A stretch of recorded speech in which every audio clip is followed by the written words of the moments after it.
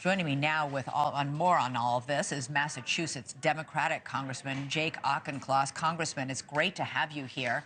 Itamar Ben-Gvir, Netanyahu's far-right minister for national security, announced this afternoon his party he would resign and his party would step down from Netanyahu's coalition if this deal goes forward. As you know, this would weaken Netanyahu's government and could mean the end of his prime ministership. Do you think he'll still honor the deal? Good evening, Elizabeth. Yes, I do think he'll still honor the deal because Ben-Gvir no longer has the unilateral capacity to take down Netanyahu's coalition for so long as Smotrich stays in the coalition. And all indications are that he will.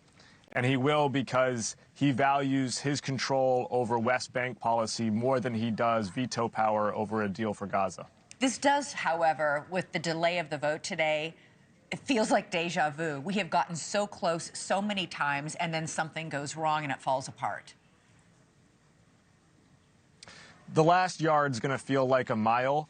I am more optimistic about this deal reaching an accord on Sunday than I have been previously. And the reason I'm more optimistic is not that the veracity of Hamas has improved. They are still a barbaric death cult.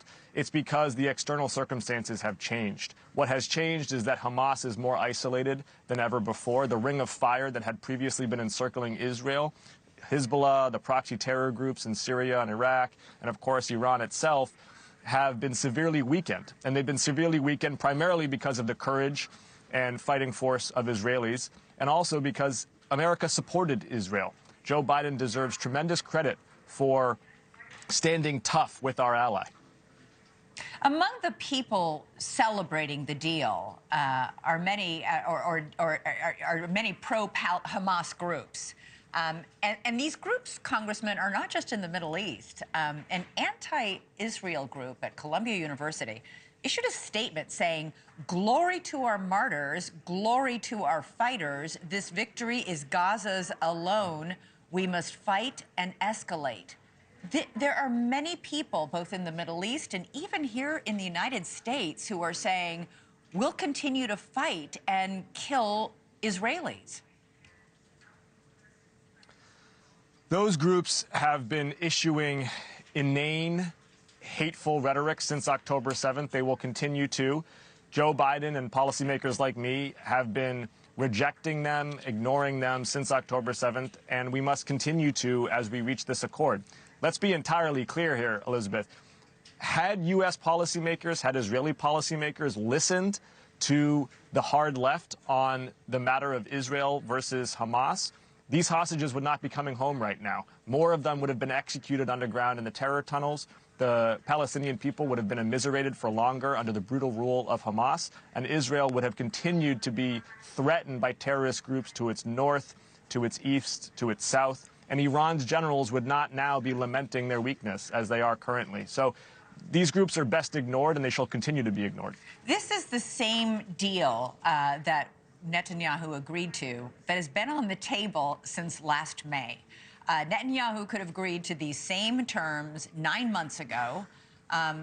President-elect Trump is claiming credit for persuading Netanyahu to finally agree, but it raises the question, what did Netanyahu get from Trump out of this deal?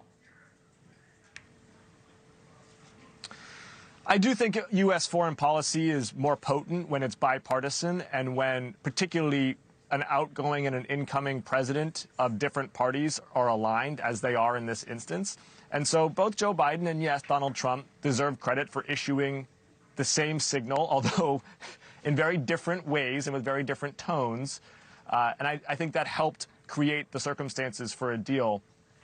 I'm not sure I would say it's the exact same deal as 9 months ago, though. I do think that Israel's ability to guarantee its security after part one of this deal is much higher now than it would have been 9 months ago. Well, thanks so much for watching. Go to joinnn.com to find NewsNation on your television provider. And don't forget to click the red subscribe button below to get more of NewsNation's fact-driven, unbiased coverage.